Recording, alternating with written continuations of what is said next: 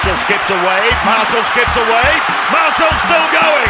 Marshall's got Richards coming up outside. Now inside. Arsenal have gone through an entire league campaign without losing. Bennett and the Dragons win the grand final. Whips that one away, and Kane Williamson and his team now World Test champions.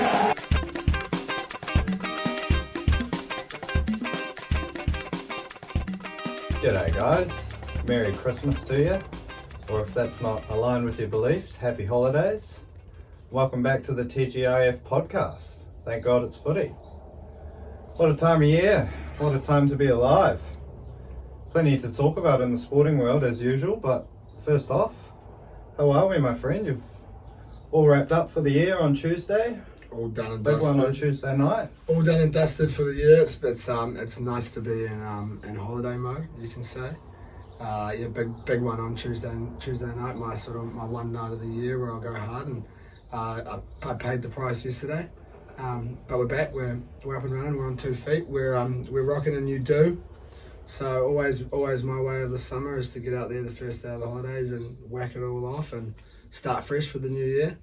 And then we spent about half an hour on the water, so it was nice. And then today managed to get out onto the golf course, but not for a hit. Now here in New Zealand they do a bit of a longest day challenge. The Cancer Society do it, and you raise a bit of money for cancer. 72 holes in a day, and a few of the boys out there today. So shout out to Collins, Mitch, Jimmy and Henry, all out there today. Shout out, boys. Having a whack. I think they're probably about 43, 44 holes through now. But it's hot out there, the sun's shining. Hell of an effort. Yeah, hell of an effort. 72 holes in a day. Hell of an effort. 5:40 a.m. tea time they started off. First round breezed through pretty quickly, and then you get in there for the second. You've got a few people out there, and obviously, like you said, this time of the year there's a few people off work, so it was a little bit busy. But no, they're doing well, so we'll head down a little bit later on and hopefully see them cross over the finish line. And so shout out to them. But that's what I'm looking forward to be doing over the next, like you said, 5 or 6 weeks. Plenty of golf, plenty of darts, and plenty of swimming and sleep-ins will be my 4 main things on my to-do list. Yeah, for sure. Exactly. Swimming, golf, bit of horizontal time. Nothing better than a summer holiday. Followed up myself with a little trip across the ditch, but that's not till a bit later. But I guess that's enough about us. Should we crack on with it a bit? Yeah, now, I don't know how many of you, I'm sure it's been hard to miss this if you follow any of the cricketing news of the world. There was a record broken, was it maybe Friday or Saturday last weekend there, I believe. A new 2020 record, and not the best one, I guess, in terms of batting sense. Yeah, look, the Sydney Thunder, a new record, like you said, but their fans aren't too happy about it. Lowest ever T20 score, 15, all out. Nuts, eh? It's crazy. It's the sort of shit you get on video games when Yeah, you're on a difficulty you don't know how to 3 bat. too low. Yeah. Or maybe you're batting and you don't know how, and you're on a difficulty too high. But fuck, 15. Yeah, surpasses Crazy. the previous record there of Turkey's 21 against the Czech Republic. So I guess two nations that you don't really think about when it comes to cricket. Czech Republic with must have must have had a lethal bowling attack. at the time. I think so. But no, some pretty big name players involved in that Sydney Thunder lineup there. Obviously, England opener Alex Hale's out for a duck. So yeah, something a little bit crazy, yeah, a little bit interesting, and something a little bit different to start you off for this week, I guess. They're punters. A bit more crazy though to follow. The next piece of news that I've got to chat about. What the fuck's going on in that Melbourne derby there? Nuts. Don't want to, talk about different cultures in a bad light, but it might be the sort of thing that you expect, somewhere else in the world. Of Turkey, we saw a couple of weeks ago, had a goalkeeper attacked, and yeah, it's the sort of thing you might expect a bit more, but spectators rushing the pitch in that Melbourne derby there in protest of, I guess, Sydney being awarded the grand final. Yes, it's Crazy. pretty out the gate. Like you said, it's something you expect in some more of those heated leagues. Yeah. But South America maybe. not often you see a player getting attacked from someone in the crowd there. So yeah, pretty full on, and I think there's I'm sure there'll be a bit of an inquest into that to see what's going on there. But yeah, not something you really like to see on the footy pitch. God no. What was it? Flares, metal buckets, the player, ref, cameraman, needed. Something like that. Pretty crazy. Pretty So epic stuff. So hopefully nothing else of that to report for you in the near future. It's not something we want to be talking about too much. more and more crazy shit seems to be happening every week, but yeah, in terms of accountability, not too much again, with no tips from us, and I don't know if I've found any this week, so stay tuned. Maybe later, as the Premier League gets back up and we see how Arsenal start to unfold, we'll have a look at some value there. But onto the big one, of course, the grand finale, the most watched event, you know. Biggest watched event in world sports. Yeah, What is it, 1.4 billion or something like that? I think that tune in to watch this one, and it's the big one. It's the World Cup final, and what a spectacle it was. But when you've got a tournament where you've got multiple teams like this, if you've got a first and second, you've got to have a third. Yep. And in terms of football, you've got to have a fourth, and that was the playoff that we had, the third place playoff. Croatia up against Morocco in this one. Yeah, look, shout out to Croatia, of course. Third in the world is better than fourth in the world, but look, it's a bit of a rough one to be involved with, I suppose. Having, lost the semi-final with the big one on the line, but yeah, shout out to Croatia, like you said, a really good goal from Mislav Orsic. Yeah, awesome finish that one was there. Obviously Croatia ending up a little bit too strong there for Morocco on the day. Can't say that I tuned into it myself. No. I've obviously seen the highlights there, but can't say I tuned into it myself. And I think everyone was prepping themselves for the big one. But I saw a huge hero's welcome that Morocco got when they arrived back home. Fair enough, yeah. Awesome to see. Obviously, first African nation making the semi-finals. So pretty cool. Would have been awesome to see them. Take it that one step further and make it to the final. But that occasion was saved for two of the world's best in France and Argentina, and everything was on show in this game, I think. Yeah, look, talk about drama. I mean, some people are dubbing it the greatest game of football ever played. Up there. Yeah, in terms of a neutral, it was certainly had the heart throbbing at various stages. And look, Argentina, they'll be on top of the world, and the French completely heartbroken. Particularly their main man, Mbappe, after scoring a World Cup final hat-trick and losing. Yeah, now, I'm not too sure if that had been done before. I think the only other World Cup final hat-trick was Jeff Hurst. Yeah, I believe so. And I'm guessing that was in '66. Yeah. So, I guess, yeah, there you go. It never happened to a losing player. But yeah, when you saw how Argentina started the World Cup, obviously, starting off with that loss, there was no way in hell I had them going on to win it. Exactly. Whether you call it rigged because of Messi, whether you whatever you want to go with, I think it's a well-deserved World Cup. As much as I hate to say it, well done to Messi. It's not the way I wanted it to finish up, I have to say. I was rooting for France. I was hoping they were going to be able to come with it, but he missed the first half. The early wake up, and ended up getting up at 5. And I thought to myself, do I just tune in right from the start, or do I just jump on where we are. Jump on And, live. I'm glad that the two halves, when it swapped around the other way, because I definitely got to tune in for the better portion of the game, that's for sure. Oh God, yeah. Particularly for a neutral.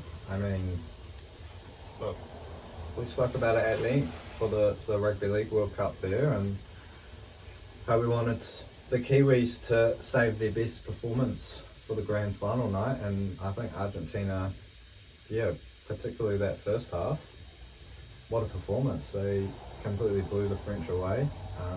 You said last week on the show, whoever gets out of the blocks faster, out of first gear, would play a huge role in winning it, and look, Argentina quickly got their way up to 5th or 6th gear, whereas the French kind of didn't get out of first during the first half there. But well, all you need in football is just a little sniff, and Mbappe, look, what a phenomenon. 2 goals in 97 seconds in a World Cup final to send it to extra time there. It's crazy, yeah. Two goals in under 2 minutes to get himself into the final, and I think I obviously missed it, but 2 subs in the first half there. 41st minute, Giroud and Dembele were hooked. Both getting hooked off, and that's not something you see very often. So obviously there was things that needed to be changed, and the second half, we did see a bit of a better showing there for France. But get them into extra time, and kind of a little bit all over. There was chances galore. It was it was kind of, wasn't too sure who it was that was going to be able to come away with the win, I got to say. Yeah, look, it was end to end in that extra time there, and Messi might have thought he had his crowning moment, scoring the winner in extra time there, just managing to scramble the ball over the line. But yeah, Mbappe down the other end, scoring that second penalty after, might say, a dubious handball call there, but the ref gave it straight away, and VAR didn't want any part of it. So yeah, Mbappe wrapped up a heady, and off we went to pens. I mean, to be fair to the French, they did have a virus running through their camp during the week. Yeah, a few players had missed out.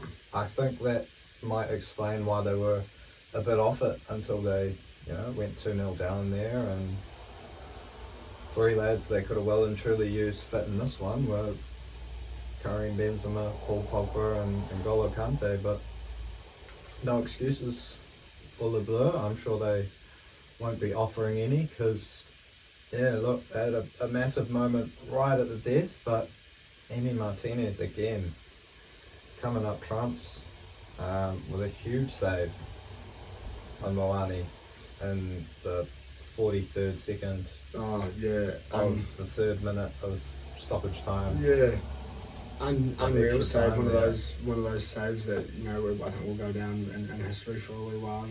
I think the save that won it. I think. Yeah, look, I can't remember a more significant save in the history of football. I mean, we haven't been around for that long. I'm sure there's been similar ones in similar situations, but look, the World Cup final, the ball gets past you, that's a goal, that's the end of it, but just keep it out, send it to pens, and huge play, I think, moment. Right there at the end of the game, moment. and obviously, it would have been completely different fate for the Argentinians if it wasn't for Martinez. And I think sort of went through, I guess, the start of the tournament there by conceding a couple of goals, but wasn't necessarily on the limelight until a little bit later on. But I think he's been awesome throughout that World Cup. Everyone talking about Livakovic and also Szczesny had a really good World Cup, but I think Martinez is probably one of the huge candidates as to why Argentina won the World Cup. I think in the end I thought he was awesome throughout most of that knockout stage. 100% a well-deserved Golden Glove. Again, another huge save in the penalties there on Coman, and then once Tchouameni dragged it wide, that was it. The blue grip on the trophy slipped, and Argentina, Messi got to lift it up in his buzzy black robe, and well, Emi Martinez, he seems to be getting a bit of stick for his celebrations. Across the last couple of days there. I think there's been just as much drama in the aftermath of the World Cup final as there was in the final. You know, you've had, like you said, Martinez there with his unusual celebrations. You had Messi, being crowned, I guess, the king of football. By being given that cloak.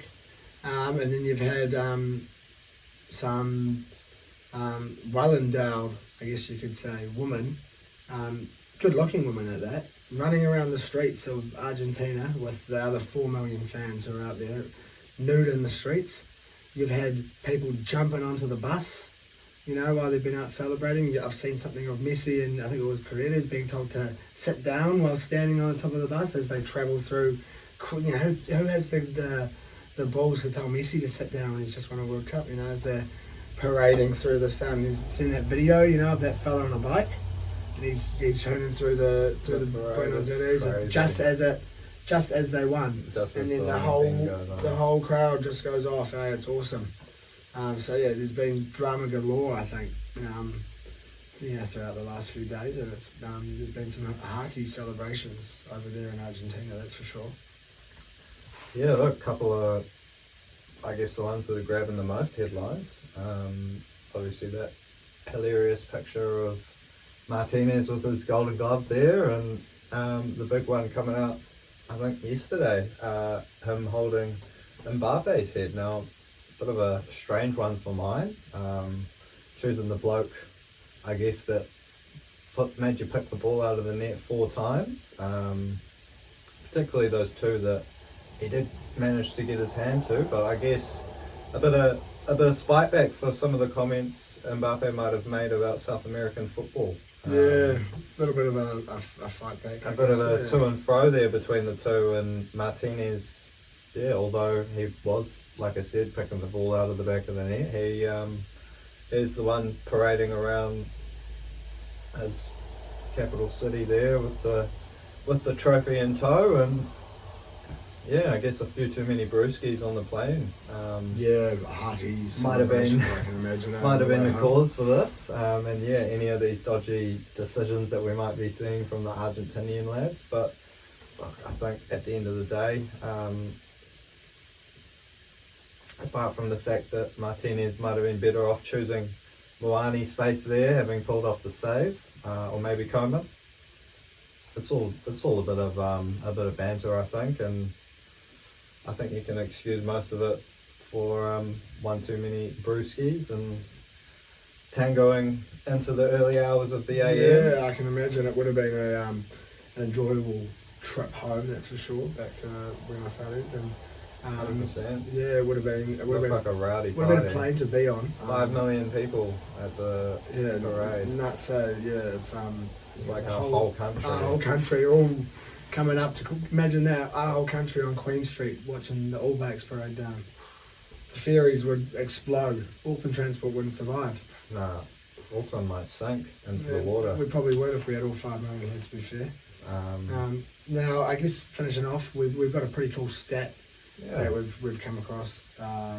We've had Marcus Thuram being subbed on, and that's made him and his father, Lillian, the first father-son combo to play in a World Cup final. Yeah, very cool stat for them. Look, we've had some very famous footballing families over the years. First father-son combo to play in, I guess, the biggest game of them all. But unfortunately, and rather ironically for them, they both ended up losing on pens. Yeah, not how they would have both hoped it to go. But it's one of those pub quiz, questions and years to come. I think where you'll thank us that you sat through and watched this or listened to this, and you've got that stat under the belt now. But it will be one of those pub quiz questions that you get popped up to you at some stage. But we spoke about the hype about this World Cup before we got into it about a month or so ago, and now as we've hit the end, it's been awesome. It was one of those World Cups we weren't really sure how it was going to go, being in Qatar, and with the heat and all the controversies that have gone on, but an awesome World Cup.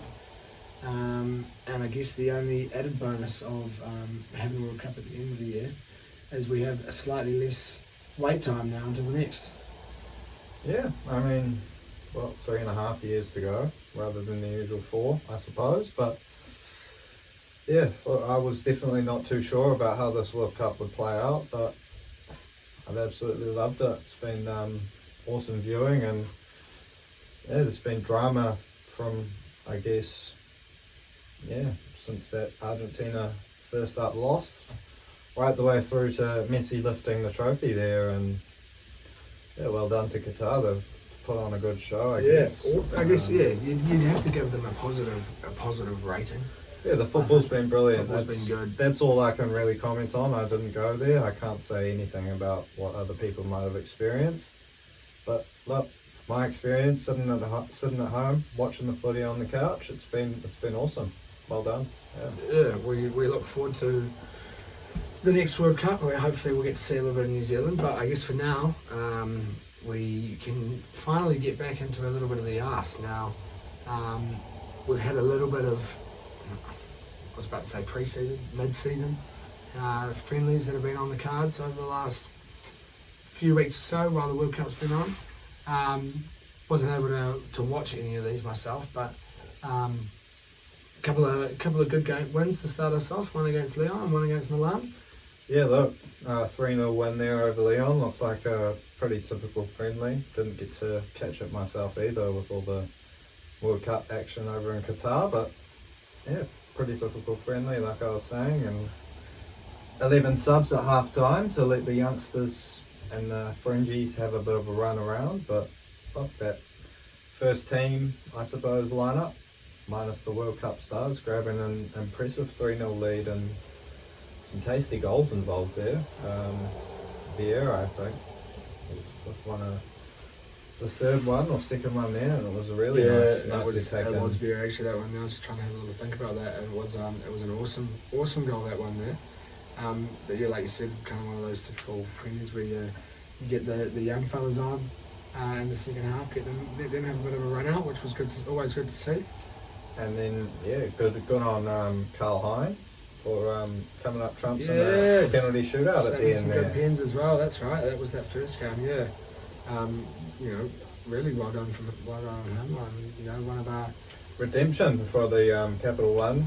Yeah, that's right. Yeah, that's right. Because I was looking through yesterday. It must have been yesterday. The first games of those Caramel Cup games were played, and I was trying to think back to what it we was. Lost to Brighton, That's right, Brighton. So, well done to him, and a clean sheet and a good few pen saves. It was a pretty good day out for him. Awesome to see.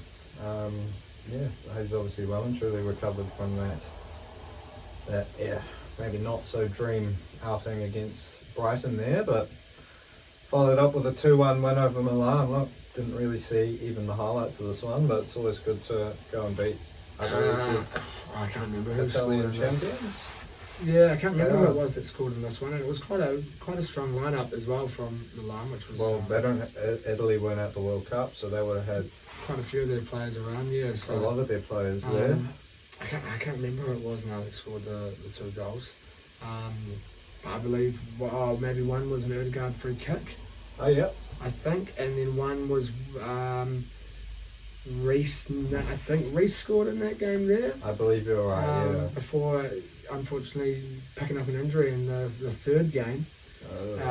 2-0 loss against Juve, where we not only picked up the injury but whipped out 2 own goals in the worst time to concede.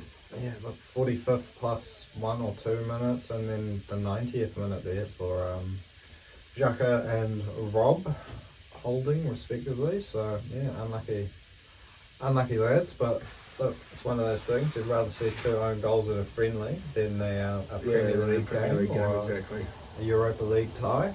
One of those games that counts. But look, Eddie hitting the post early on in that one, and he'll be well and truly needed.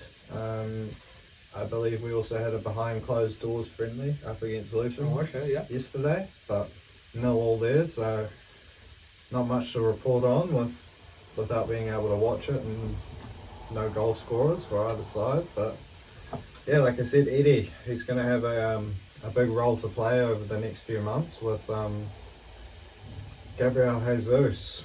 Look, I think he was our only casualty from the World Cup. Yeah. But yeah, I think so. Yeah, only a pretty big one. Everyone else, I think, you came back fit, and we obviously also got to get that Martinelli contract snapped up as well. I don't know if you've seen that. No, I haven't. So well done. As far as I'm aware, he's signed himself a new deal with the club. I think I want to say 5 years. Awesome. Or maybe not. Maybe it's not signed yet, but it's set to sign supposedly. Which would be really cool. There's talk about us going in for McAllister. I've seen. Yeah, I've seen that. He'd be good. So good rotation option to play alongside either Xhaka or Odegaard there. Yeah. I think he can do a bit of mucking in and rolling his sleeves up and getting back a bit more like Xhaka does, or he can be the sort of attacking, the main number 10 like Odegaard sort of is. But yeah, I think it's one of those weird seasons, I guess, having this little break in between, and losing a player like Jesus is going to be a little bit tricky, especially with Eddie and everything maybe not getting as many chances as he would have hoped for this year before the World Cup, signing a new deal. So it is a rough player to have out, but was it 2 and a bit more months, 3 months possibly. He's had his surgery, so apparently he'll be back around early March. Excuse me, Gabriel Jesus there, but I don't know if anything's been confirmed there. I haven't seen anything as such. So look, I mean, if you would have said before the World Cup you're only going to get one injury, probably would have taken it.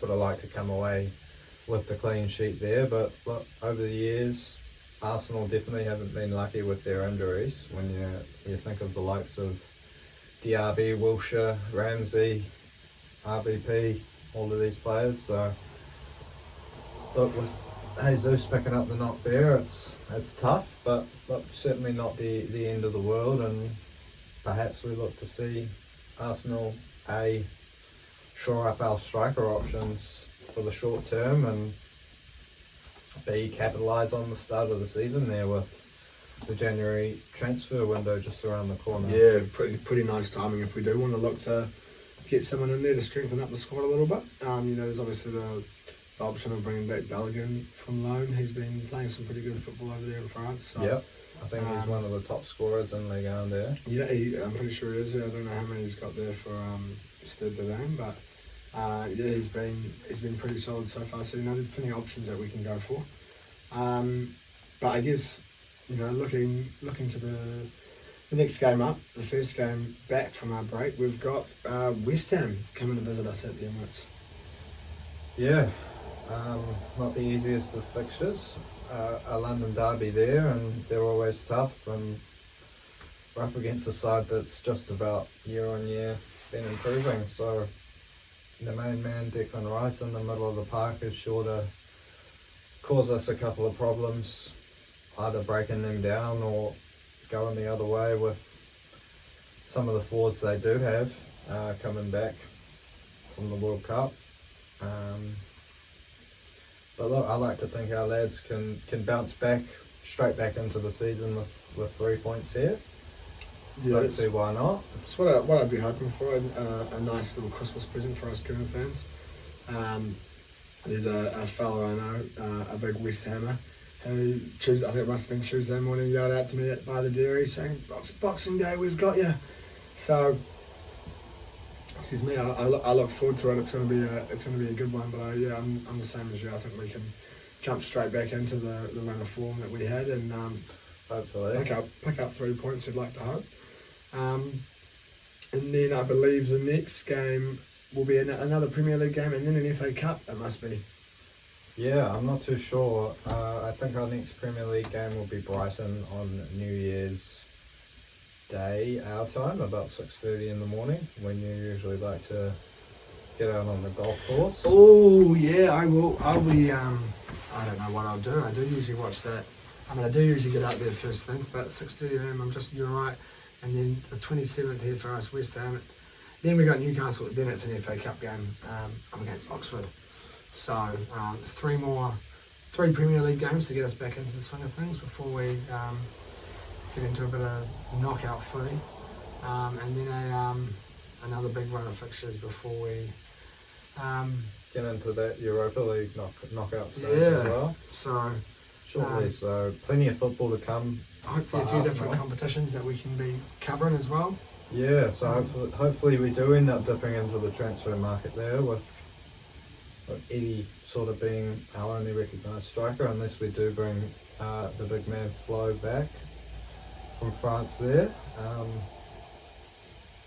But another man that's due to come back, I suppose, Emil Smith-Rowe, that'll be a good refreshing, almost like a new signing there. Especially with Reece, going down with an injury, it'll be a really handy player to have coming back into the side. And lots of signs that we're going to get Mudryk as well. Yeah, I have seen a lot about that as well. So whether that comes through in January, could be a nice little signing. Be a very good coup for Arsenal. He's a very highly talented player, so I think he'd come along and fit in really nicely with our young side, and certainly provide a bit of competition for the likes of Martinelli, Saka, Smith-Rowe, all those blokes. Yeah. Especially with Pepe probably looking like he's on the outer. I think we might need someone else to sort of take a few of those minutes off the likes of Saka and Martinelli, so we don't burn them out. Look to compete on 2 or 3 fronts, hopefully 3, but I'll take 2 if it means we're right into the title race at the end of the year, and hopefully a Europa League on top of it. But I'll take an FA Cup as well. We've certainly had a couple of those over the last few years, and those are always nice to lift come We like May. a final. It's always good to watch. Yeah, but it's probably about us for the round ball, or the big round ball, as we move on to a smaller round ball. A smaller red round ball at the moment. Not too much white ball cricket being played. Just the 3 test series that I can think of. First of all, Australia. Oh wow! Up against South Africa there. What a game! It was. Yeah, what an unusual. Full of drama. What an unusual test all over, and what was it? Done on day? Was it all finished on day 2? All finished on day 2. 3rd session. I think, or was it still in the 2nd session? Was it 5? I think it might have been the 3rd session. 5 or 6 sessions to be finished up a test match. It's unheard of. Obviously designed there for the 5-day format. And day 2 session 3. Day 2 session 3. Yeah, so that's just nuts. 5 and a bit sessions. I mean, look, originally you thought Aussie had done really well, even with a very green-looking wicket to bowl South Africa out, and under 2 sessions there, under 50 overs. But look, South Africa, you thought, wow, a good fight back. They've removed the Aussie top order cheaply there, and 15 wickets on day 1, but Travis Head, he's looking like he's about to have a really good summer that might just put him up in the conversation for one of the world's best, because another 90, and he's been on fire recently, hasn't he? And he was managed to be the one there to get the runs on the boards for the Aussies here. Before South Africa got a chance to get out there. But no, I thought, he was awesome, Travis Head, but it was, I think, what must have been the highest score over the 4 innings easily, 90 runs. Definitely. Nearly more than South Africa got in their 2nd innings. Yeah, bit of smoke and mirrors there, thinking that Aussie or South Africa might have been, truly devastating with the ball, because what do we got? 10, 15, 19 wickets. Yeah. 19 wickets. Yeah, that's fucked, eh? It's just crazy. Not what you expect in a test match. Yeah. And not what you expect when you've got two huge teams like Australia and South Africa up against each other. So shout out to the bowlers, I guess. Yeah, You've got to give credit where credit is due. shout out to the bowlers. I'm sure, look, there's been plenty of talk about the groundsman and the sort of pitch that they are tossing up for a 5-day test. Whether it is suitable for a 5-day one, but like you said, you got to shout out the bowlers in a situation like that, because it's not just the pitch doing everything. But we hope that the rest of these 2 tests in the series, we get our money's worth with at least 4 or 5 days. Yeah, you'd hope so. You'd hope for a little bit more action. It was a little bit disappointing that it was all done and dusted so early, I gotta say. I was looking forward to a little bit more of the cricket, but I think the next one there for them must be Boxing Day. Boxing Day, yeah. So plenty more cricket to come. But another little series that we did have going on at the same time was England up against Pakistan, and England, wrapping up the series here 3-0. So well done to them going to Pakistan and doing that. I think pretty awesome. Yeah, look, before this, in the history of English cricket, they've gone to Pakistan and won 2 tests total. Wow. Now they've gone and they've won 5. They've won more tests in this series than they've won in all other series combined, going over to Pakistan. I'm not too sure how impressive that stat is, how many times they have gone there to play test cricket, but I'm sure it's a few. And yeah, look, very impressive for a touring side to go away and win 3-0. Definitely getting the most out of their little Christchurch and Dunedin born superstar captain coach combo there. Yeah, it's a little bit of ex-black cap involvement there, which is pretty I guess cool to see. Yeah, Baz and obviously Stokes, Kiwi born, but yeah, England doing really well under one of our former captains as their coach. And BMAC there, yeah. So it's well done to him. But yeah, it's I think the star of the show was probably the young bloke on debut. You got to say. Yeah, it started out looking like this might be one of the more traditional tests that we've seen so far in the summer, but Pakistan got to 300 and 350.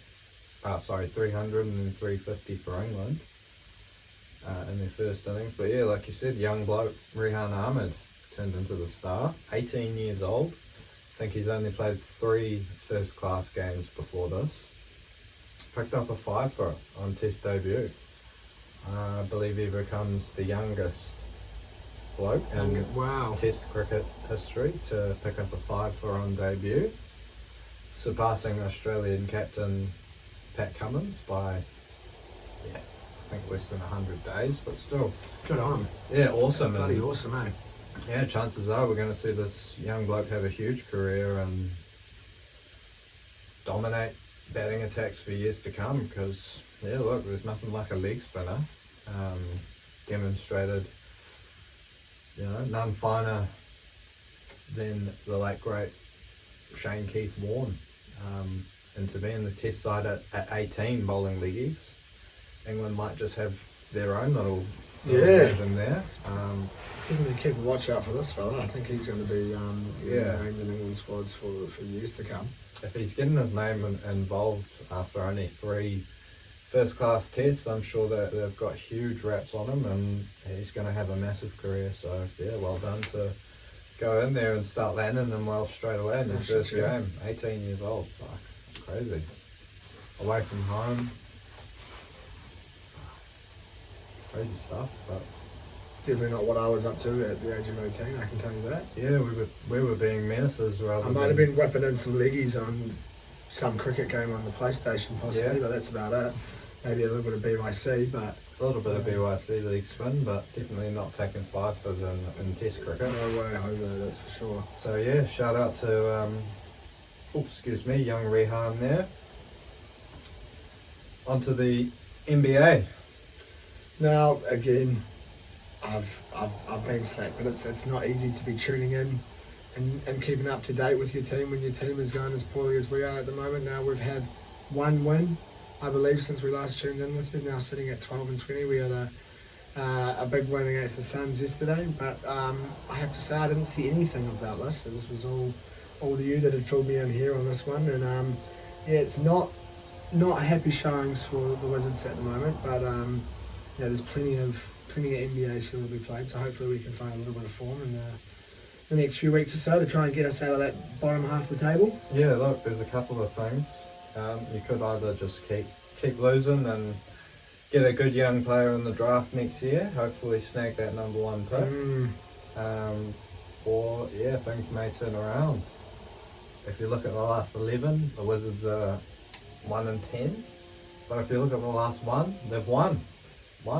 No losses in their last game, so it's only up from here. The form line is slowly turning around, but my team, the Knicks, they're currently sitting at 18 and 13 after a huge week and a huge win yesterday over Golden State, 132 to 94, and I just check the score up against the Raptors we're playing now. You're playing at the moment, are you? Yeah, so third Down by quarter 2. there. No, winning by 2. Oh, up by 2. Up by 2 in the third quarter there, so come on lads. Let's go 19 and 13. I believe we're up in 6. 4. So can't complain about that. Slight change of fortunes compared to how we're going, but so well done to you lads. I'm not looking to... Hopefully we don't have to come up against you anytime soon, because it might be a continuation of the way we've been going, but probably wraps us up. Now last week we did give you a bit of a preview for this man here, Ben Robb. I had to get out there and rep the shirt again this week. Now managed to obviously get himself into the World Championship, and he had a game up against Mickey Mansell with the hope, with the chance to get up against the game with Peter Wright, and unfortunately it was a bit of heartbreak for Kiwi fans with Mickey Mansell coming away with the win here in the end. Yeah, look, I managed to tune in while working from home there on Friday morning, and yeah, it was pretty shattering as a Kiwi watching that one. I thought Mick Mansell, looked like it was maybe just that class above, and maybe was going to make it a bit of a clean sweep in the first set there. Maybe a bit of nerves there for the big rig, but I guess that difference was coming up against that high level of opposition each week, whereas unfortunately for Ben, playing over here, he doesn't necessarily get that level, I guess, that you do over there in the UK. Yeah, but look, once he settled down there in the second leg, it was some beautiful, second set. Started playing some beautiful darts and clinched that second set there to make it 1 apiece, and definitely had his chances in the third and fourth to take his second set of the night and really make things interesting, but just missed a few crucial darts. Whereas Mansell seemed to be hitting them when it came to crunch time there. Look, on another day, the big rig, he might be hitting those and moving on through, but it's just one of those things where he probably just needs to rack up that experience on the big stage, and means he'll be straight on hitting those doubles as soon as he steps up to the Oki, rather than being a little bit nervous. But I'm sure that'll come with experience. And exactly. It's the more he gets out there and plays.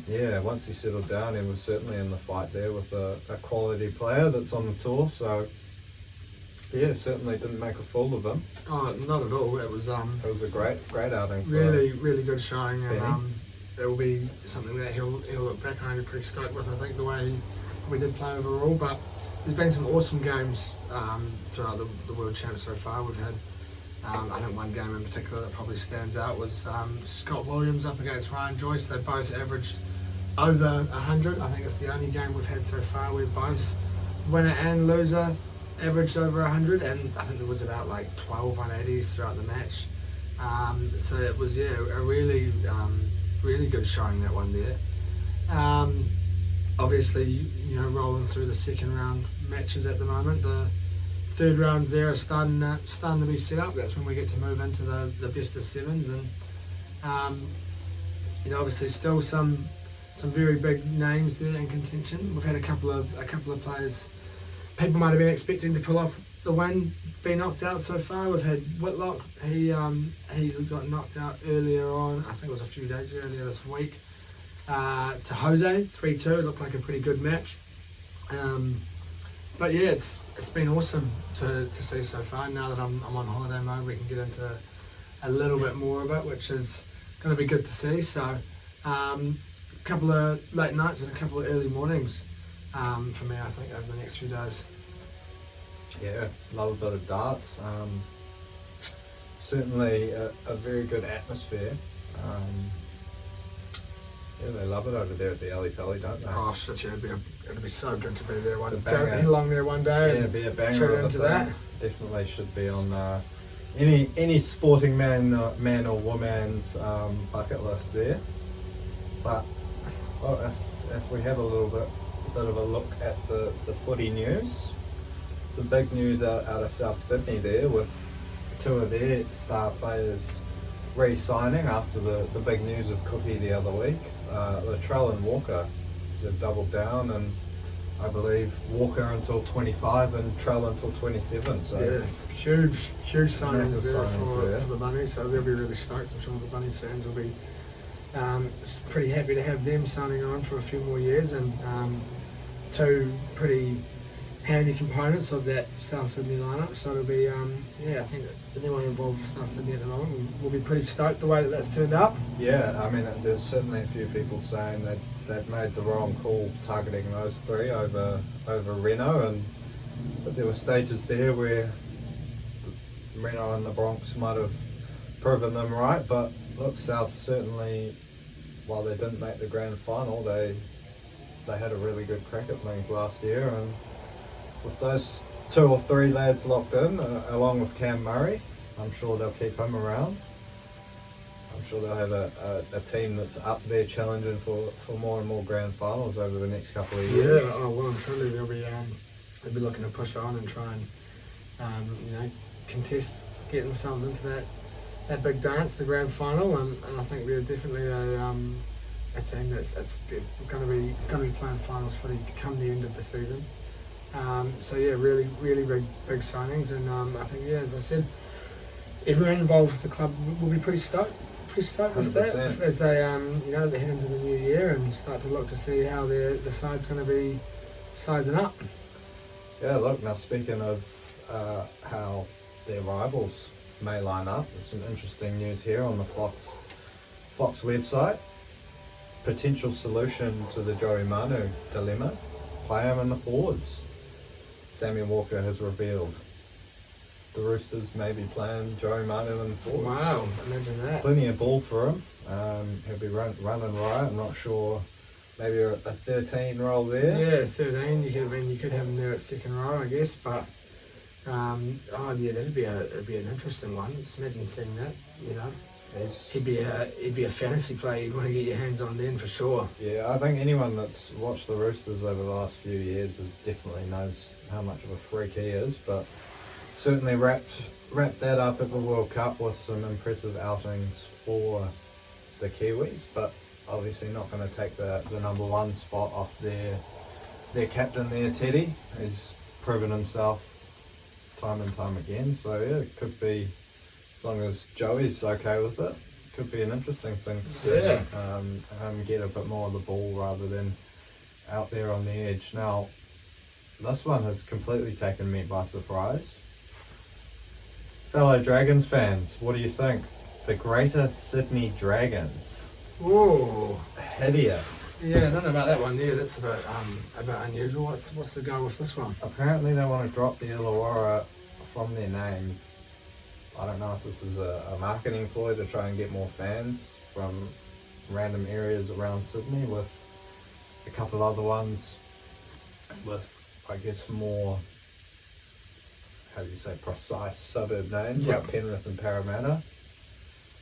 St George is another area in Sydney, and Illawarra, a little city down south. But No.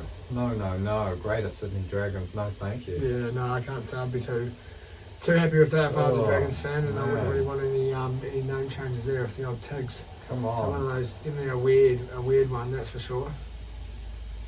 Some rumours here that I've also seen that Roger Tuivasa-Sheck, he's not too happy over there in the 15-man I code. don't blame him. Not getting as much of a crack in the black jersey as he might have thought he would have. Well, I think it's a hard Would have task got. doing the old code switch like that, regardless of how good you are. And I don't blame him for wanting to come back and get himself involved with a bit of rugby league. Little article here that says Dolphins could be a location.